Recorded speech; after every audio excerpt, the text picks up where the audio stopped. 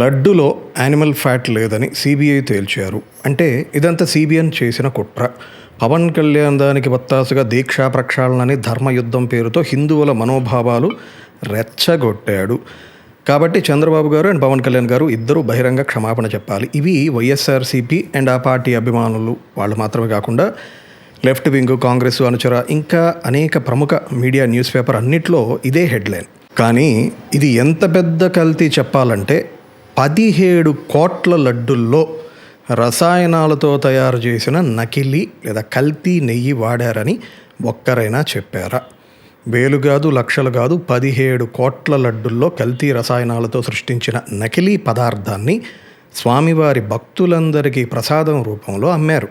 17 కోట్లని ఎలా చెప్తున్నానంటే, తిరుమలలో ఒక్క లడ్డు సుమారు 150 గ్రాములు ఉంటుంది. ఒక్కో లడ్డులో సుమారు 40 గ్రాములు నెయ్యి వాడతారని 2016 నాటి ఆ తయారీ ప్రాసెస్ ఆధారంగా చెప్తున్న నివేదికలు ఉన్నాయి. ఇక్కడ ఛార్జ్ షీట్లో 6,800 టన్నుల కల్తీ నెయ్యి వాడారని సిబిఐ వాళ్ళు చెప్పారు కదా. ఒక్క టన్ను అంటే 1000 కేజీలు, 6,800 టన్నులు అంటే 68 లక్షల కేజీల నెయ్యి. అది గ్రాముల్లోకి మార్చాలి. గ్రాముల్లో మారిస్తే 680 కోట్ల గ్రాములు వస్తుంది. దాన్ని ఇందాక చెప్పుకున్నాం కదా, లడ్డుకి 40 గ్రాములు వాడతారు నెయ్యని. దాన్ని డివైడ్ చేస్తే 17 కోట్ల లడ్డులు వస్తుంది. అదొక సింపుల్ మ్యాథ్. ఇది అలా పెట్టండి. తిరుమలలో కేవలం లడ్డూల కోసం రోజుకు సుమారు 14 నుంచి 16 టన్నుల నెయ్యి అవసరం ఉంటుంది. అంటే సంవత్సరానికి రోజుకి 14-16 అంటే 5 నుంచి 6,000 టన్నులు. 5 సంవత్సరాల్లో మొత్తం 25 నుంచి 30,000 టన్నుల నెయ్యి అవసరం ఉంటుంది. ఇది కూడా సింపుల్ మ్యాథే. ఆశ్చర్యం, ఈ 17 కోట్ల లడ్డుల్లో నెయ్యికి బదులు రసాయనాలు వాడారనేది వార్తల్లో ఎక్కడా రాకుండా అసలు ఎలా మేనేజ్ చేశారో చూడండి, గమనించాలి.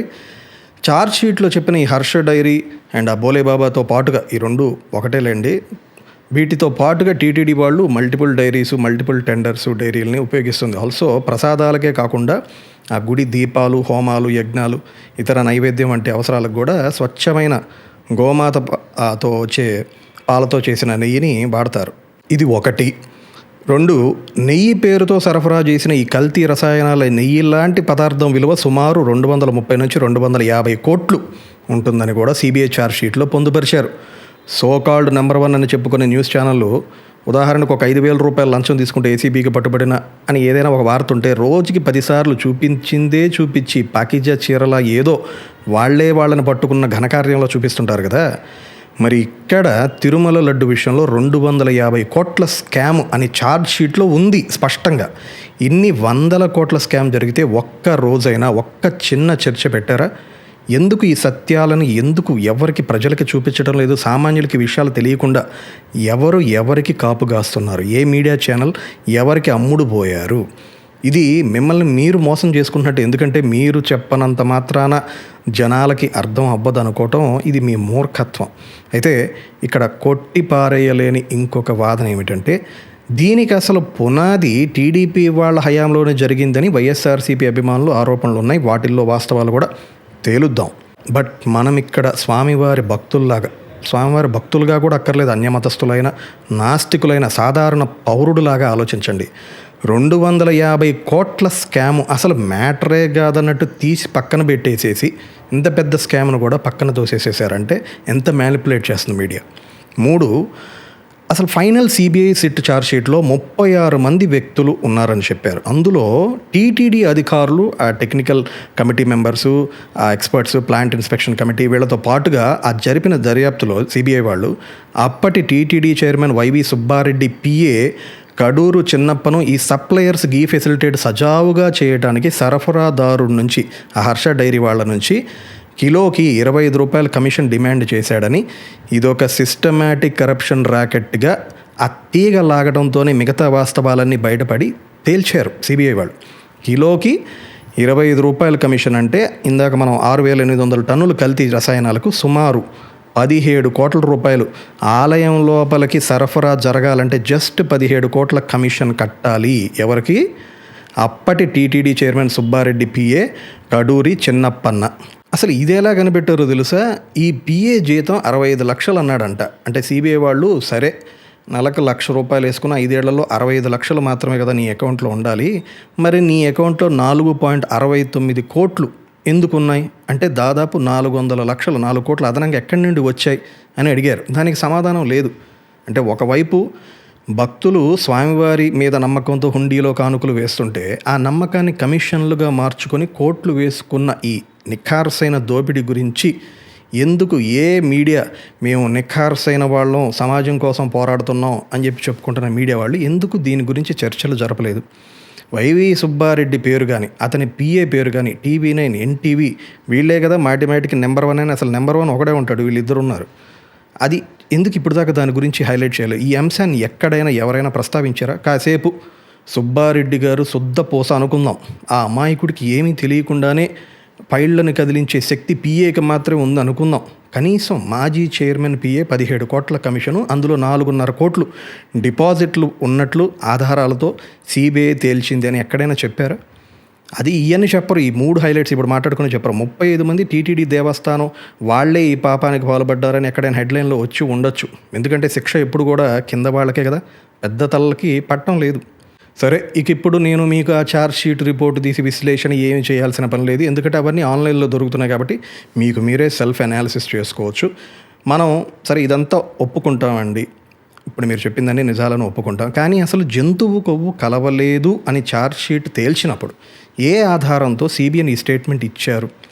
ఎస్, ఆయనే ఈ విషయం మొట్టమొదట బహిరంగంగా చెప్పారు. అసలు ఆయన ఎందుకు ఇది మాట్లాడారు అంటే, నేషనల్ డైరీ డెవలప్మెంట్ బోర్డు అంటే జాతీయ పాడి పరిశ్రమ అభివృద్ధి బోర్డు, ఆ లాబొరేటరీ వాళ్ళు 2024లో ఒక రిపోర్ట్ ఇచ్చారు. ఆ రిపోర్టు ఆధారంగా ప్రసాదాల్లో జంతువు కొవ్వు కలిపారు అని చెప్తూ ఈ రిపోర్ట్ని ఆయన కోట్ చేస్తూ సిబిఎన్ మాట్లాడారు. నేను ఇంతకుముందే ఈ రిపోర్టు మీద చేసిన ఒక వీడియో ఉంది, అదొక్కసారి చూడండి.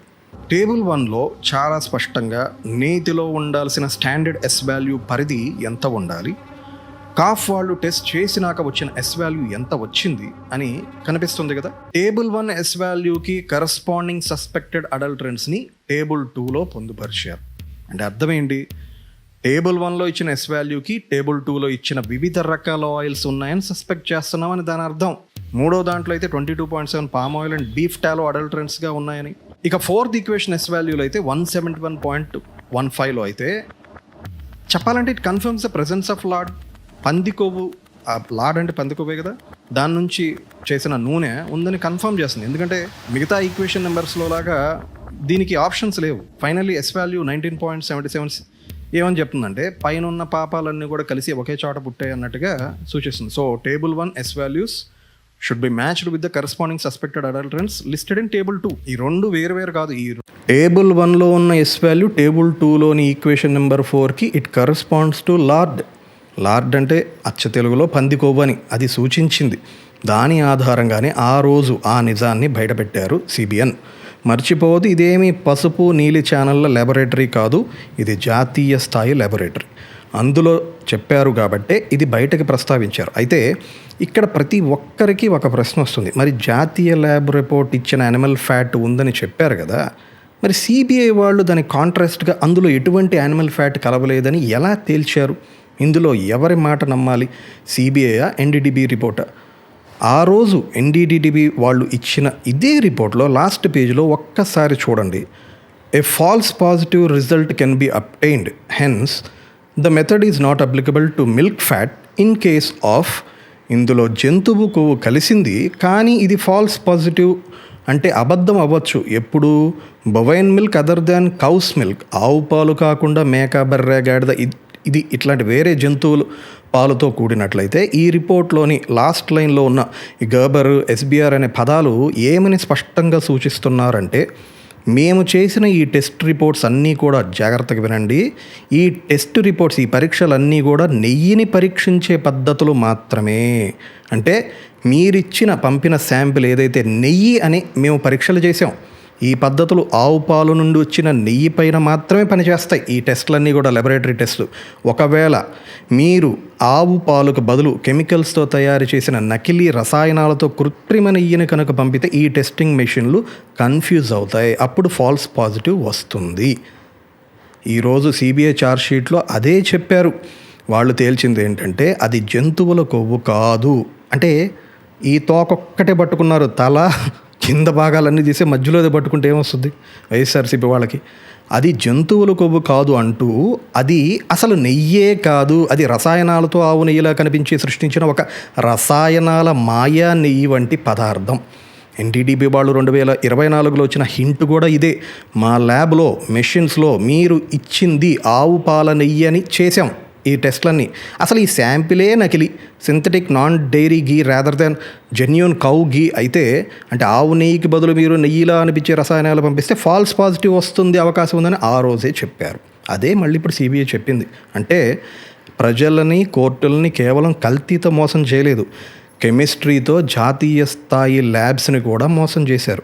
అంటే 17 కోట్ల లడ్డుల్లో వాడింది కొవ్వు కాదు, విషపూరితమైన ఇండస్ట్రియల్ ఆయిల్ అని సిబిఐ ఛార్జ్షీట్ సాక్ష్యాలతో సహా నిరూపించింది. అర్థమైంది కదా. ఇంకా సింపుల్గా చెప్పాలంటే, సడన్గా మీరు వెళ్తున్న రోడ్డు మీద ఎక్కడో ఒక రక్తం చూశారనుకోండి, ఆ పక్కనే ఒక మనిషి కూడా అటువైపు పడిపోయి ఊపిరాడకుండా ఉన్నాడంటే అతను చనిపోయాడని, ఇది అతని రక్తమే అని అనుకుంటారు కదా.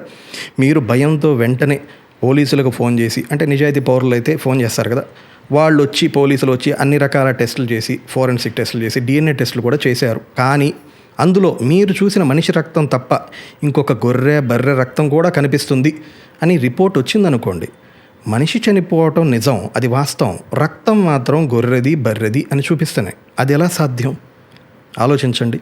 అంటే హంతకుడు ఈ వ్యక్తిని మర్డర్ చేసి అక్కడ తన డిఎన్ఏ దొరకకుండా వేరే బ్లడ్ అండ్ కెమికల్స్ చల్లినట్లు, ఈ క్రిమినల్స్ కూడా నెయ్యి పరీక్షల్లో దొరకకుండా సింథటిక్ ఎస్టర్స్ కలిపారు. అందుకే కోర్టుల్లో టెస్ట్ రిపోర్ట్స్ తప్పు అని వచ్చింది.